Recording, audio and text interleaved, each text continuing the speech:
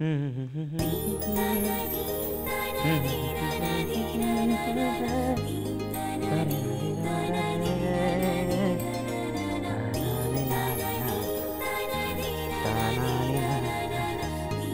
ಅರುಣ್, ಇಷ್ಟೊಂದು ಖುಷಿಯಾಗಿದೆಯಾ? ಏನಪ್ಪ ಅಂತ ವಿಷಯ? ಕಿರಣ್, ಸೂರಜ್ಗೆ ಬೇಲ್ ಸಿಕ್ತಂತೆ. ನಂದಿನಿ ಮೇಡಮ್ ಈಗಷ್ಟೇ ಫೋನ್ ಮಾಡಿ ಹೇಳಿದ್ರು. ಹೌದಾ? ಸದ್ಯ ತಲೆ ಮೇಲಿದ್ದಿದ್ದ ಬಂಡೆ ಸರ್ದಂಗಾಯ್ತು ಬಿಡ. ತಲೆ ಮೇಲಿನ ಬಂಡೆನೋ ಸರ್ದಂಗಾಯ್ತು ಕಣೋ.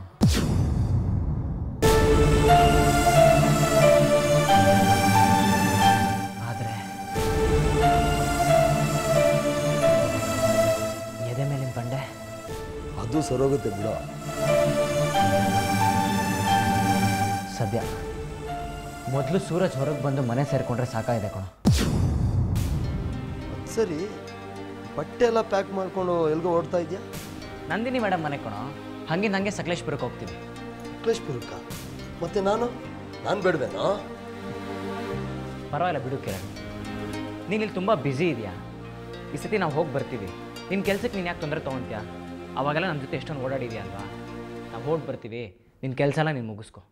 ಹೌದು ಅರುಣ್, ಎಂಥ ಮಾತಾಡ್ತಾ ಇದೆಯೋ? ನಿನ್ನ ಕಷ್ಟ ಬೇರೆ, ನನ್ನ ಕಷ್ಟ ಬೇರೆ. ನಾವಿಬ್ರು ಚಡ್ಡಿ ದೋಸ್ತುಗಳು ಕಣ. ನಮ್ಮ ಸ್ನೇಹದ ಬಗ್ಗೆ ಹೇಳೋಕೆ ನೆನೆಯೋಕೆ ಹೆಮ್ಮೆ ಆಗುತ್ತೆ ಕಣ. ಯಾವಾಗೋ ಈ ಅರುಣನ ಜೊತೆ ಈ ಕಿರಣ ಇರಲೇಬೇಕು. ಹವಾನೇ ಕಣ ಸ್ನೇಹದ ಬೆಳಕು ಪ್ರಕಾಶಮಾನ ಆಗುತ್ತೆ. ನೀನಂತ ಸ್ನೇಹಿತನ ಪಡೆಯೋದಕ್ಕೆ ನಾನು ಪುಣ್ಯ ಮಾಡಿದ್ದೀನಿ ಕಣ. ಆಗಲಿ ನಡಿ, ಇಬ್ಬರು ಒಟ್ಟಿಗೆ ಹೊರಡೋಣ.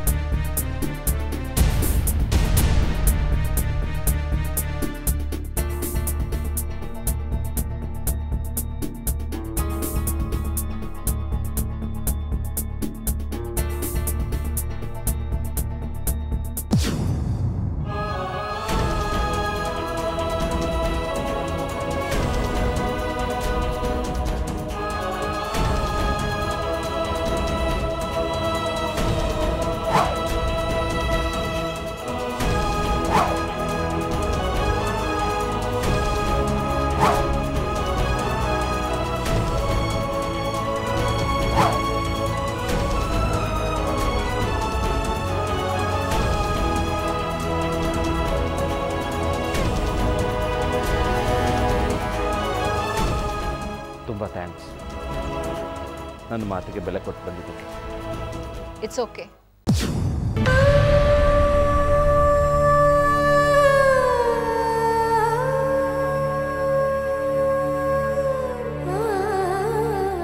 ಈ ಜಾಗ ನನಗೆ ನೆನಪಿದೆಯಾ ನಂದಿನಿ?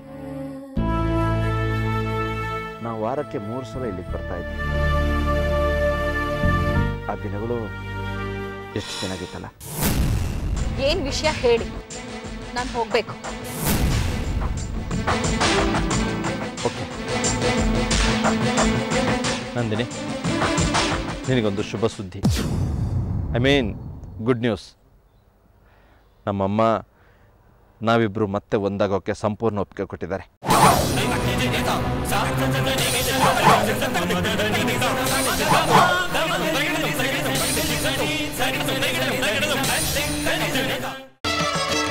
ನಿಮ್ ಮಾತನ್ನ ನಂಬಿ ಒಪ್ಪಿ ಖುಷಿ ಪಡೋಂತ ನಂದಿನಿ ಯಾವತ್ತೋ ಸತ್ತೋದ್ಲು. ಈಗ ಉಳ್ದಿರೋದು ಕುಸುಮನ್ ತಾಯಿ ನಂದಿನಿ ಅಷ್ಟೇ. ನಿಮ್ ತಾಯಿ ನಿಮ್ ಜೊತೆ ಕಳ್ಸಿರೋದು ನಂಬಿಕೆನಲ್ಲ, ಯಾವುದೋ ಸಂಚಿನ ಪಾಶ.